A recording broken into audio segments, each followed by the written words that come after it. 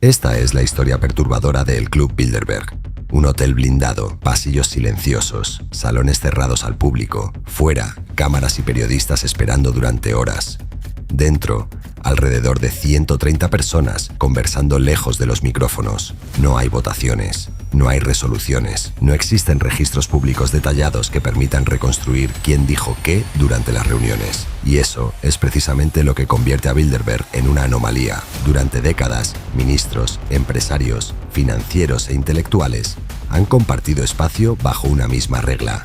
La información puede utilizarse, pero las identidades y opiniones concretas de los participantes permanecen protegidas. Un sistema pensado para favorecer conversaciones sinceras, o, según sus críticos, para ocultarlas. El problema aparece cuando un grupo formado por algunas de las élites más influyentes de Europa y Norteamérica insiste en que no toma decisiones políticas, mientras mantiene encuentros privados año tras año. Entonces, surge la pregunta inevitable: si no gobiernan el mundo, ¿qué ocurre realmente detrás de esas puertas cerradas? La respuesta es más incómoda de lo que parece, pero para entender cómo llegamos hasta aquí, tenemos que volver al principio. Europa todavía intentaba reconstruirse tras la Segunda Guerra Mundial. La Guerra Fría dividía al planeta. El anticomunismo se había convertido en un elemento central del bloque occidental. Al mismo tiempo, avanzaban la descolonización y los proyectos de integración europea. En ese contexto, nació una idea: crear un espacio informal donde representantes influyentes de Europa y Norteamérica pudieran hablar con franqueza, lejos de la rigidez diplomática. Entre 1952 y 1954, comenzó la organización del proyecto que más tarde adoptaría el nombre de Bilderberg Meetings. Lo que nadie podía prever entonces era que aquel experimento privado seguiría existiendo más de 70 años después. Y aquí es donde la historia empieza a alejarse tanto de las versiones oficiales simplificadas como de las teorías más extremas. La investigación histórica describe un proceso complejo, marcado por intereses compartidos, desacuerdos internos y una intensa interacción atlántica. Bilderberg no fue una creación exclusivamente estadounidense ni exclusivamente europea.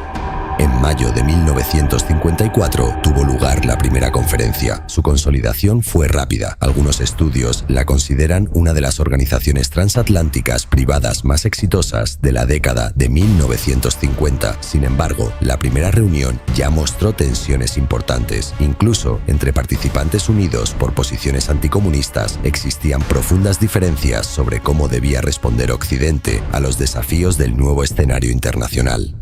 Parte de esos debates empujó las conversaciones hacia la integración europea. Ese matiz suele desaparecer en muchas narrativas posteriores, porque la realidad resultaba bastante más desordenada. Durante las décadas de 1950 y 1960, Bilderberg se consolidó como un foro informal de alto nivel entre élites políticas y económicas de Europa Occidental y Norteamérica. La palabra informal es fundamental. Desde 1954, las reuniones se desarrollaron bajo la regla de Chatham House.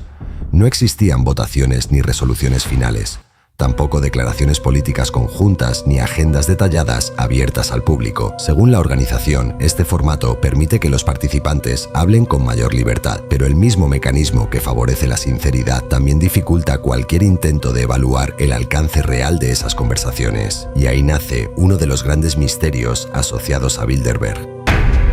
Hay un detalle que suele pasar desapercibido cuando se habla de Bilderberg. La organización insiste en que no existen votaciones, no se aprueban resoluciones, no se emiten declaraciones políticas conjuntas. Sobre el papel, nadie sale de la reunión con órdenes bajo el brazo. Pero eso conduce a otra pregunta. Si no se toman decisiones formales, ¿por qué este tipo de encuentros ha sobrevivido durante más de 7 décadas? Parte de la respuesta podría estar en algo mucho más difícil de medir: la confianza. Las reuniones privadas permiten un tipo de conversación que rara vez aparece frente a las cámaras. Los participantes pueden expresar dudas, plantear escenarios hipotéticos o debatir asuntos delicados sin la presión inmediata de la opinión pública. Eso no demuestra que se tomen decisiones ocultas, pero sí explica por qué muchas figuras influyentes consideran valioso seguir asistiendo. Y ahí aparece una de las grandes paradojas de Bilderberg.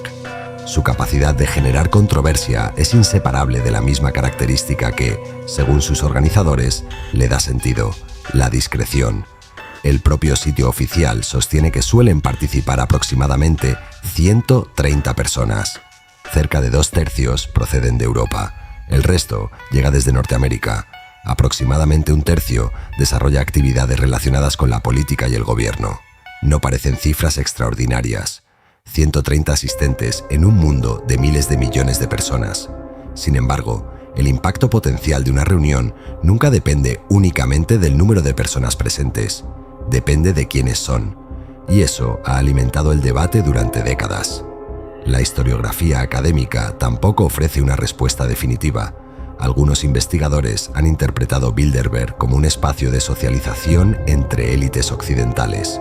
Otros han señalado que pudo actuar como un mecanismo informal de formación de consensos dentro del bloque atlántico. También existe la posibilidad de que cumpliera varias funciones al mismo tiempo. El problema es que demostrar cualquiera de esas hipótesis resulta extremadamente complicado. No existen actas detalladas, no hay registros completos de las intervenciones. No es posible reconstruir con exactitud qué conversación concreta pudo influir en una decisión adoptada meses después, en otro contexto completamente distinto. Y esa ausencia de pruebas concluyentes deja abiertas muchas interpretaciones. Lo llamativo es que esta incertidumbre ha acompañado al grupo prácticamente desde sus inicios. Incluso la primera conferencia celebrada en 1954 estuvo lejos de reflejar una visión uniforme del mundo. Investigaciones recientes muestran que ya entonces surgieron desacuerdos intensos sobre cómo debía abordarse la amenaza del comunismo y cuál debía ser el papel de la integración europea.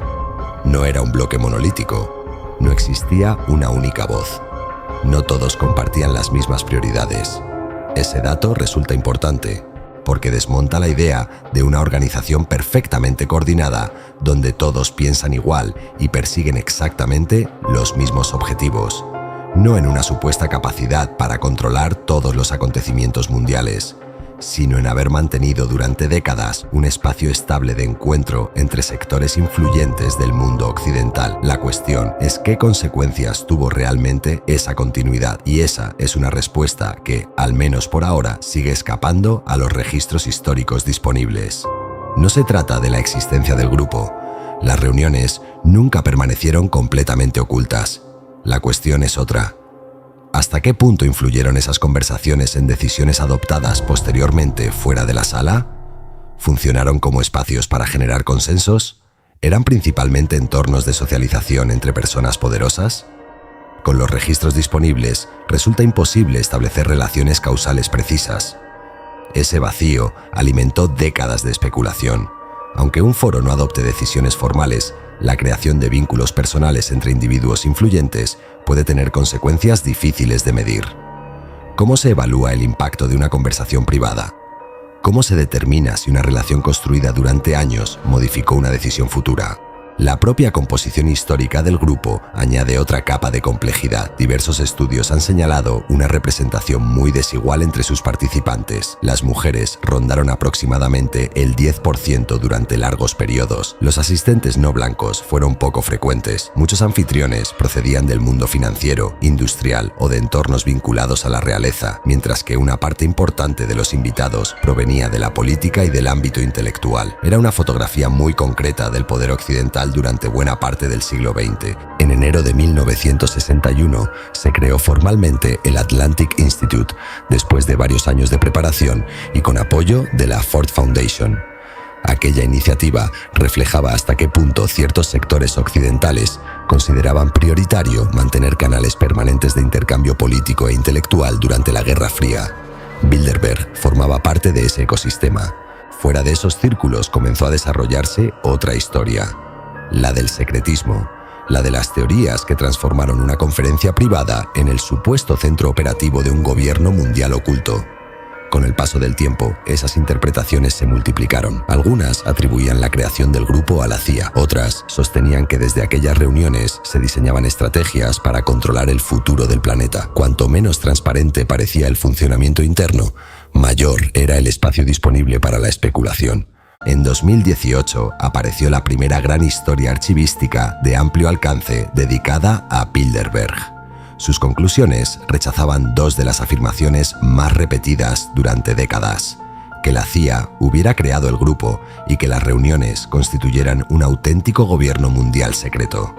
La documentación disponible dibujaba una realidad más compleja.